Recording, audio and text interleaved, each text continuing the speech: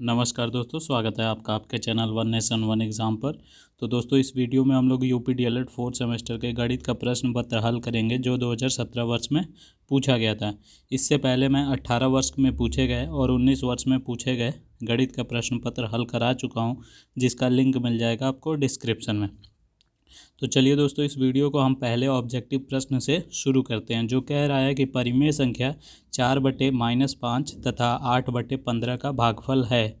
तो दोस्तों, जब भागफल की बात करता है तो यहाँ हम तथा की जगह भाग का साइन लगाएंगे। इसके अलावा भाग में यह नियम होता है कि जो हर होता है वह अंश बन जाता है और जो अंश है वह हर बना देते हैं, और साथ ही साथ जो भाग का चिन्ह है वह बदलकर गुणा हो जाता है। तो अब हमारा प्रश्न 4/-5 गुणे 15/8 हो जाएगा। इसके बाद जो अंश है उससे हम हर को कट कर देंगे, तो 4 दूनी 8, इसके अलावा 5 15, यानी आपका उत्तर आ जाएगा 3/-2, जिसमें से हम माइनस को ऊपर भेज देंगे और हमारा उत्तर हो जाएगा -3/2, जो ऑप्शन सी में दिया हुआ है।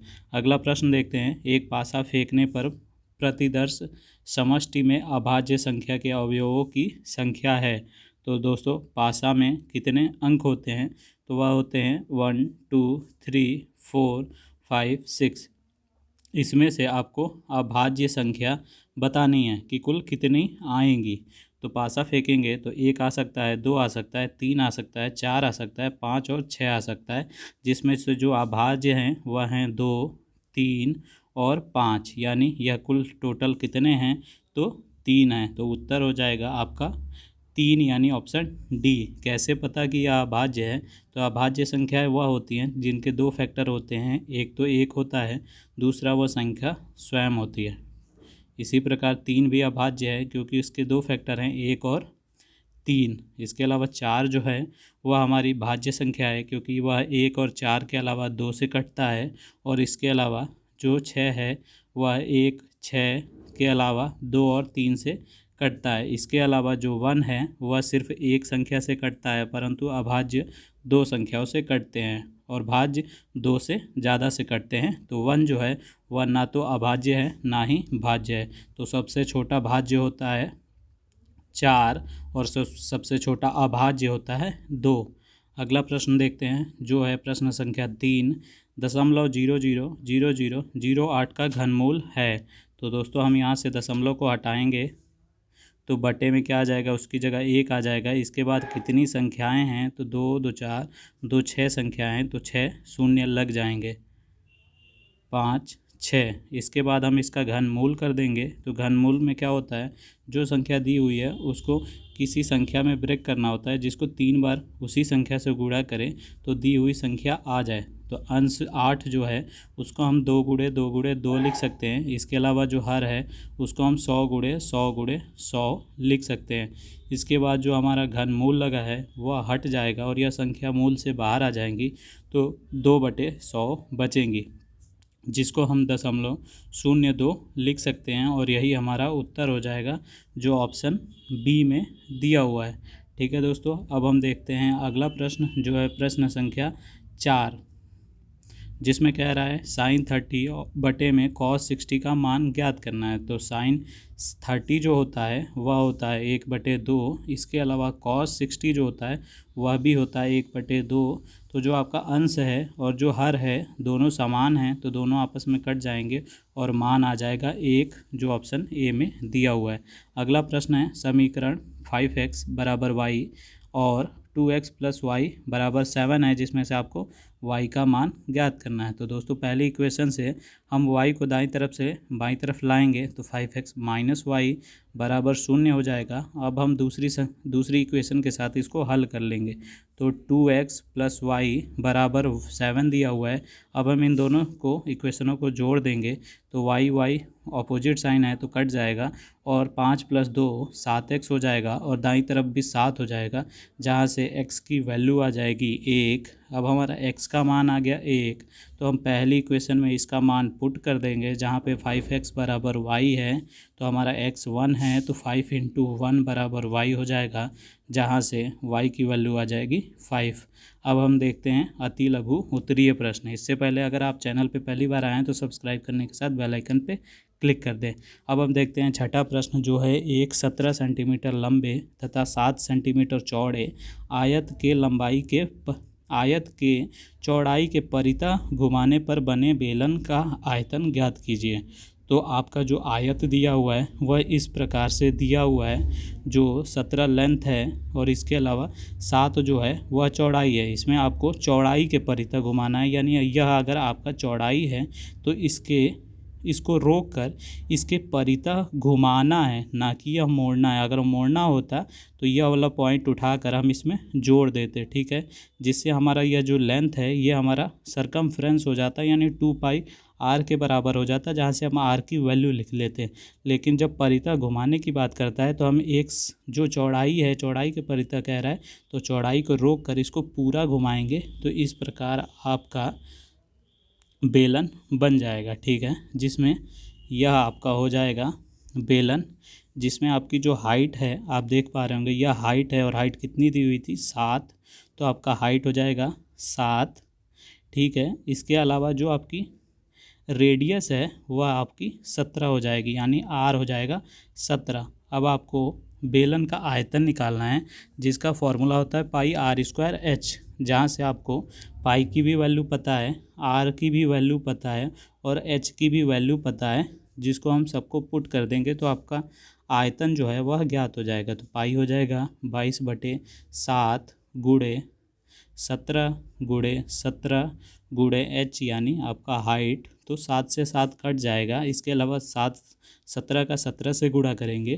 तो 289 आ जाएगा, और 289 को जब हम 22 से गुणा करेंगे तो 6358 सेंटीमीटर क्यूब आपका उत्तर आ जाएगा। अगला प्रश्न देखते हैं। एक बाग में आम के 2304 पेड़ हैं, प्रत्येक पंक्ति में उतने ही पेड़ हैं जितनी की बाग में पंक्तियां हैं, ठीक है। कहने का मतलब यह है कि आपके इस प्रकार अगर 2 पौधे लगे हैं या पेड़ लगे हैं तो पंक्तियां भी 2 ही होंगी, ठीक है। यानी जो संख्या होगी वह कितनी होगी, वह होगी हमारी एक्स स्क्वायर, यानी आपका एक्स स्क्वायर यह दिया हुआ है, ठीक है। यानी दी हुई संख्या का बस हम रूट कर लेंगे तो वही हमारा उत्तर हो जाएगा। 2304 का हमें बस रूट कर लेना है।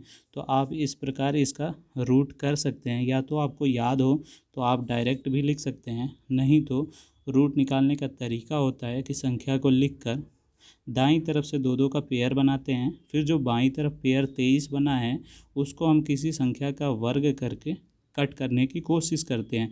तो जैसे 5 का वर्ग करेंगे तो 25 जो इससे बड़ा आ जाएगा, तो हम 4 को लेंगे और 4 का स्क्वायर करेंगे तो 4 चौके 16 हो जाएगा। तो अब हम 23 में से 16 घटाएंगे तो 7 बचेगा, जिसके बाद हम अगला पेयर उतार लेंगे 0 4, यानी 704 हो गया।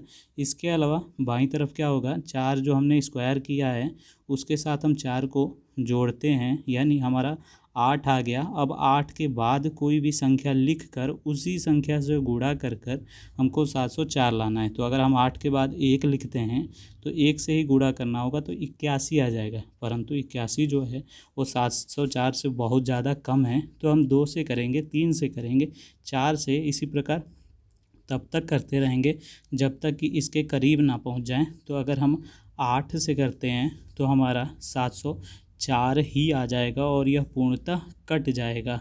तो हमारा उत्तर क्या आया यहाँ 48, यानी 2304 जो है वह वर्गमूल है 48 का, यानी 48 का वर्ग करने पर इतना प्राप्त होगा। तो यही उत्तर होगा कि हमारी 48 पंक्तियाँ होंगी और उतने ही पौधे लगे होंगे, ठीक है दोस्तों। तो अब हम देखते हैं अगला प्रश्न जो है 1045 minus cot 30 plus 2 cos 30 minus sine 90।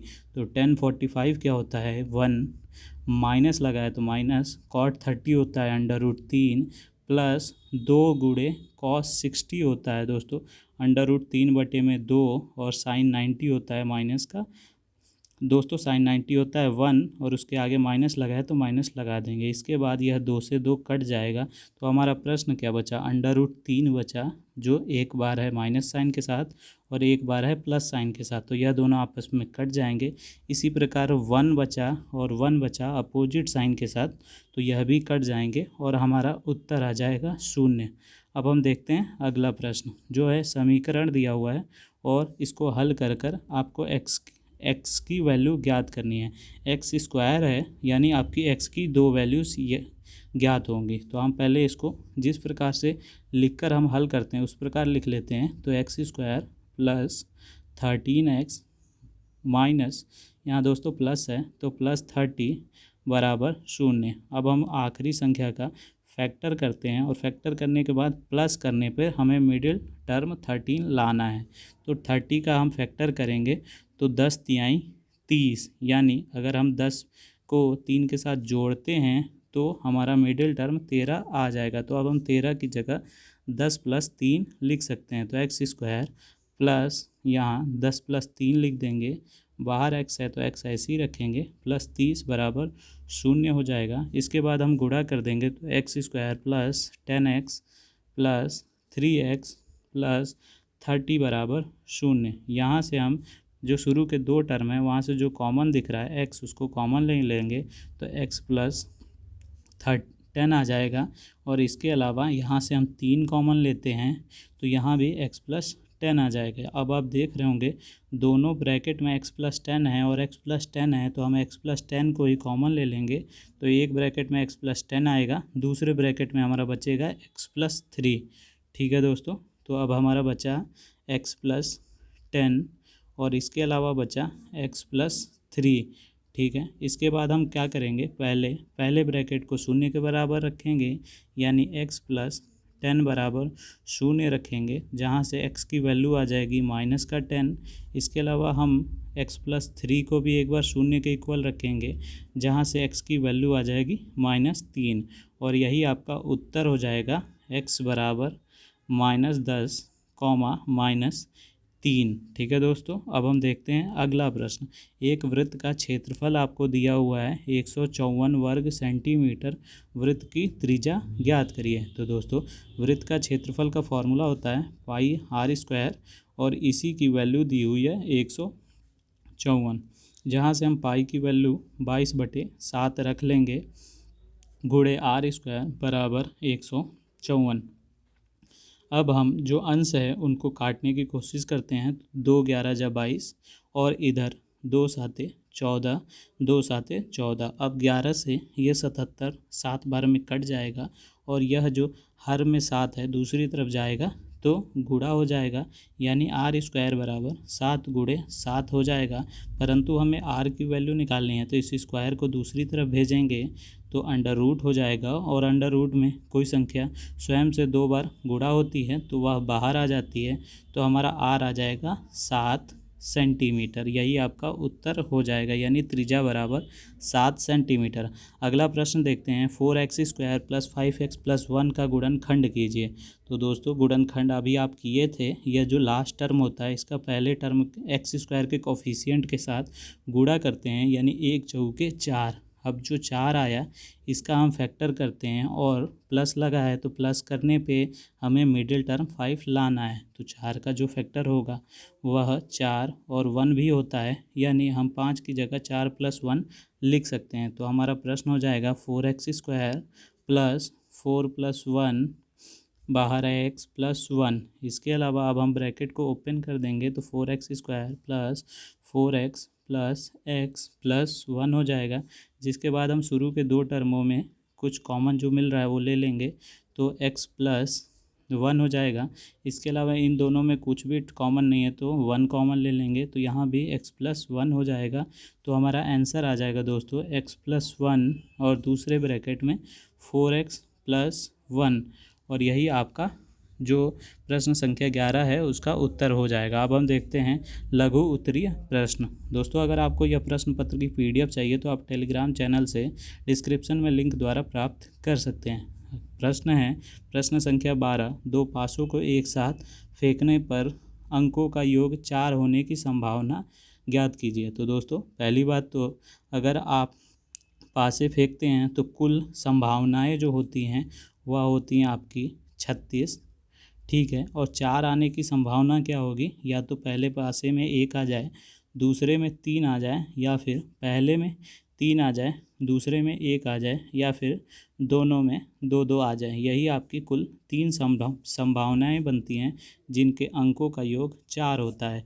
यानी ऊपर 3 हो जाएगा, नीचे 36 हो जाएगा, जो आपस में कट कर इसका लघु रूप आप 1/12 भी लिख सकते हैं। यही आपका उत्तर हो जाएगा। अगला प्रश्न है, एक मदारी एक एक मदारी की टोपी शंखाकार है यदि उसमें 840 वर्ग सेंटीमीटर कपड़ा लगा है तो तथा उसके गोल सिर का परिमाप है 56 सेंटीमीटर हो तो टोपी की तिरछी ऊंचाई ज्ञात कीजिए। तो दोस्तों जो टोपी है शंखाकार वह इस प्रकार से है, आपकी टोपी इसमें जो कपड़ा लगेगा वह इसी पे तो लगेगा, यानी आपका वक्र पृष्ठ दिया हुआ है।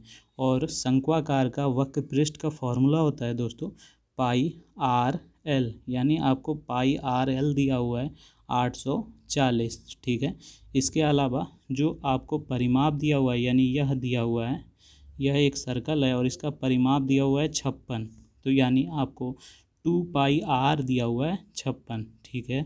और इन दोनों इक्वेशनों की मदद से आपको L यानी तिरछी ऊंचाई यानी L ज्ञात करना है। तो पहले हम R यहाँ से ज्ञात कर लेते हैं और इस R में हम उसको रख देंगे जहाँ से हमें L ज्ञात हो जाएगा। तो 2 गुणे पाई की जगह हम 22/7 रख देंगे, गुणे R हो जाएगा बराबर 56 हो जाएगा। तो 2 से यह 56 कट जाएगा कितनी बार में, तो 2 दूनी के 4, 2 8 16। तो हमारा R आ गया दोस्तों, R बराबर आ गया 28। इसके अलावा 2 11 जा 22 भी कट रहा है और 2 14 जा 28 भी कट रहा है। तो R आ गया दोस्तों 14 गुणे 7 बटे में 11, यानी 14 गुणे 7 बटे में 11। अब हम इस R की जगह यही रख देंगे। तो पाई क्या होता है 22/7 होता है और R हमने क्या ज्ञात किया 11 गुणे 7 ज्ञात किया, 14 गुणे 7 ज्ञात किया, बटे में 11 इंटू L बराबर 840, जहाँ से 7 7 से कट जाएगा। इसके अलावा 11 दूनी 22 हो जाएगा। इसके अलावा यह जो 2 है यह 840 को कट करेगा, 2 चौके 8, 2 दूनी के 4 और शून्य का शून्य। अब यह 14 है वह 420 को कट करेगा, 14 14 28, 14 तियाँ 42, यानी L बराबर आ जाएगा दोस्तों 30 सेंटीमीटर। यही आपकी तिरछी ऊंचाई हो जाएगी। अब हम अगला प्रश्न देखते हैं, प्रश्न संख्या 14, निम्नलिखित बारंबारता बंटन का बहुलक ज्ञात करिए। तो दोस्तों आप पहले बहुलक की डेफिनेशन लिखेंगे कि बहुलक वो होता है जिसकी बारंबारता सबसे ज़्यादा होती है। तो किसकी बारंबारता सबसे ज़्यादा है, तो 23 की। तो आपका जो उत्तर हो जाएगा वह 23 हो जाएगा।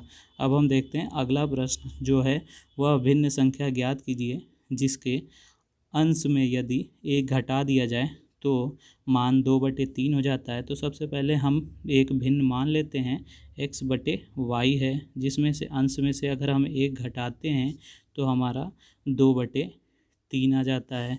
इसके अलावा भिन्न वही रहेगा और हर में अगर हम 4 जोड़ते हैं तो भिन्न क्या हो जाता है 1/2 हो जाता है। यह प्रश्नानुसार हो गया। अब 2 इक्वेशन हो गई, 2 हमें अननोन क्वांटिटी है x और y, तो हम दोनों इक्वेशनों से उनकी वैल्यू ज्ञात कर लेंगे। तो यहाँ से आप क्या करेंगे, यह क्रॉस मल्टीप्लाई कर देंगे या त्रिज्या गुणा कर देंगे। तो 3x - 3 बराबर 2y हो जाएगा। यहाँ से हम x की वैल्यू ज्ञात करके दूसरे इक्वेशन में पुट कर देंगे, जहाँ से अगर आप क्या करते हैं 3 को उधर भेज दीजिए तो 3x = 2y + 3 हो जाएगा। इसके अलावा 3 जो है वो x के साथ गुणा हो रहा है तो दूसरी तरफ जाके भाग हो जाएगा, यानी x की वैल्यू आपकी इतनी आ गई। अब हम इस इक्वेशन में x की जगह इतना रख देंगे, तो इसको भी त्रिज्या गुणा करेंगे तो 2x बराबर y + 4 हो जाएगा, जहाँ पे हम x की जगह 2y + 3/3 रख देंगे। तो 2y + 3/3 बराबर वाई प्लस 4। यहाँ से क्या होगा, यह 2 अंदर गुणा होगा तो 4y प्लस 6 हो जाएगा, बटे में 3 हो जाएगा। तो यह जो 3 बटे में है दूसरी तरफ जाके गुणा हो जाएगा तो 3y प्लस 12 हो जाएगा। यानी अब आपका क्या हो जाएगा, यह हो जाएगा दोस्तों 4y plus 6 equal to 3y plus 12। ठीक है, अब हम y एक तरफ रखते हैं तो यह दूसरी तरफ प्लस का है तो इस तरफ आएगा तो माइनस का हो जाएगा, और 4y में से 1y मतलब 3y घटेगा तो 1y बचेगा। इसी प्रकार यह 6 दूसरी तरफ भेजेंगे तो प्लस का है तो माइनस होगा, तो 12 में से 6 जाएगा तो 6 बचेगा। यानी आपका जो y की वैल्यू आ गई वह आ गई 6। और जो हमारी, अब हम y की वैल्यू पुट कर देते हैं अपने इक्वेशन में। तो जो आपका इक्वेशन था वह क्या था, x बराबर 2y प्लस 3 बटे में 3। यहाँ पे हम y की जगह 6 रख देंगे तो 2 गुणे 6 प्लस 3 बटे में 3, यानी 6 दूनी 12, 12 प्लस 3 15, 15 बटे 3 हो जाएगा, जहाँ से x की वैल्यू आ जाएगी आपकी 5। ठीक है, और x बटे में y आपने माना था, यानी 5 बटे में 6 आपका फ्रैक्शन आ जाएगा जो भिन्न आपसे पूछ रहा था, यही आपका उत्तर हो जाएगा। अगला प्रश्न देखते हैं जो है प्रश्न संख्या 16। दोस्तों यह आपको एक फिगर दिया हुआ है जिसमें आपको एंगल ABC दिया हुआ है 52 और CAB दिया हुआ है 48, और आपसे ADC यह एंगल और बस यही एंगल आपसे एक पूछ रहा है। तो आप क्या करेंगे, यह दोनों आपको दिए हुए हैं और एक यह सिंगल ट्रायंगल देख रहे हैं तो यह ट्रायंगल क्या हो जाएगा, किसी भी ट्रायंगल की तीनों कोणों का अंग जो सम होता है वह 180 होता है। तो दो एंगलों का सम 100 हो रहा है, तो अगर हम इसको 80 रखते हैं तो तीनों का सम 180 हो जाएगा। इसके अलावा यह जो सर्कल के अंदर चतुर्भुज बन रहा है वह जो चारों इसके पॉइंट है वो सर्कल पे टच कर रहे हैं, तो यह साइक्लिक क्वाड्रिलेटरल बन जा रहा है जिसमें अपोजिट एंगलों का सम जो होता है वह 180 होता है। तो यह अगर 80 है तो दूसरा आपका क्या हो जाएगा, 100 होगा, तभी तो यह दोनों आपस में 180 बनेंगे। तो आपका उत्तर हो जाएगा एंगल ADC बराबर 100। अब हम देखते हैं अगला प्रश्न जो है 17। एक धातु की ठोस आयतकार सिल्ली का माप इतना है, इसे पिघलाकर ठोस घनाकार सिल्ली बनाई जाती है। यानी आपका आयतकार दिया हुआ है और आपको पिघलाकर उसको घनाकार बना देना है। ठीक है, तो जब भी पिघलाने की बात होती है तो जो आपका वास्तविक था यानी आयत था, तो आयत का जो वॉल्यूम होगा या क्षेत्रफल होगा वह घन के क्षेत्रफल के बराबर होगा। तो इसका क्षेत्रफल क्या होता है, L into B into H होता है, जो कि आपको प्रश्न में दिया हुआ है। तो हम यहाँ 10 गुणे 4 गुणे 1.6 रख लेंगे बराबर घन का वॉल्यूम क्या होता है, A घन होता है, मतलब A क्यूब या भुजा क्यूब होता है। अब हम इसको हल करेंगे तो इसको गुणा करने पे 64 आएगा, जो कि A का क्यूब है, यानी भुजा क्यूब है किसका, घन का। तो यहाँ से आप जो यह क्यूब है दूसरी तरफ भेजेंगे तो यहाँ घनमूल हो जाएगा, और घनमूल के बाद यह भुजा 4 आ जाएगी, और आपसे घन की भुजा पूछ रहा तो वह 4 सेंटीमीटर हो जाएगा, और यही आपका उत्तर हो जाएगा। अब हम देखते हैं अगला प्रश्न जो है, एक साइकिल के पहिए का व्यास दिया हुआ है आपको 77 सेंटीमीटर। ठीक है, तो व्यास दिया हुआ है और पूछ रहा है कि 0.242 किलोमीटर चलने पर पहिया कितने चक्कर लगाएगा। तो व्यास दिया है, हमारे फॉर्मूले रेडियस से होते हैं, तो हम व्यास से रेडियस निकाल लेंगे। व्यास यानी डायामीटर, यानी आपको 77 दिया है, और जो रेडियस होता है वह डायामीटर का आधा होता है, यानी 77/2 सेंटीमीटर आपका रेडियस आ गया। अब आपसे पूछ रहा है 0.242 किलोमीटर चलने पर कितने चक्कर लगाएगा। तो पहले तो यह सेंटीमीटर में है तो इसको भी हम सेंटीमीटर में बदल लेते हैं। तो 1 किलोमीटर बराबर होता है दोस्तों 1,00,000 सेंटीमीटर। ठीक है, अब हम दोनों तरफ 0.242 से गुणा करेंगे तो 0.242 किलोमीटर बराबर हो जाएगा आपका 24200 सेंटीमीटर। ठीक है, यह आपकी 3 डिजिट के बाद दशमलव लगा है तो 3 जो शून्य होंगे वह आपके दशमलव को हटाएंगे और बाकी जो 2 शून्य बच गए वह इसके बाद लग जाएंगे। ठीक है दोस्तों, यह 1 किलोमीटर बराबर जो होता है वह इकाई, दहाई, सैकड़ा, हज़ार, 10,000, लाख यानी 1,00,000 सेंटीमीटर के बराबर होता है। जहाँ से हमने 0.242 किलोमीटर में को हमने सेंटीमीटर में बदल लिया। ठीक है, अब हम क्या करेंगे, जो साइकिल होगी वह अपने पहिए पे चलेगी, यानी वह अपने परिधि पे चल रही है। ठीक है, तो एक चक्कर का निकाल लेते हैं। तो एक चक्कर क्या होगा, परिधि के बराबर होगा। परिधि क्या होता है दोस्तों, सर्कल का 2πr होता है, जिसमें 2 हो गया, पाई होता है 22/7 और r हमारा 77/2 है। तो 2 से 2 कट जाएगा, इसके अलावा 7 से यह 77, 11 12 में 11 टाइम्स में कट जाएगा। तो 22 × 11 क्या होगा, 242 होगा। यानी एक चक्कर में 242 सेंटीमीटर चलता है। तो इतने चक्कर कितनी बार में चलेगा, तो इसको हम 242 से भाग कर देंगे तो हमारा 100 चक्कर आ जाएगा और यही आपका उत्तर हो जाएगा। तो दोस्तों यहाँ पे आपका प्रश्न पत्र 2017 में पूछा गया प्रश्न पत्र पूरे तरीके से हल हो जाता है। अगर आपको किसी भी प्रश्न में कोई समस्या है तो आप नीचे कमेंट कर सकते हैं। इसके अलावा वीडियो पसंद आई हो तो लाइक करने के साथ चैनल को सब्सक्राइब कर दीजिए और अपने दोस्तों के साथ शेयर कीजिए। ठीक है दोस्तों, पूरी वीडियो देखने के लिए बहुत बहुत धन्यवाद।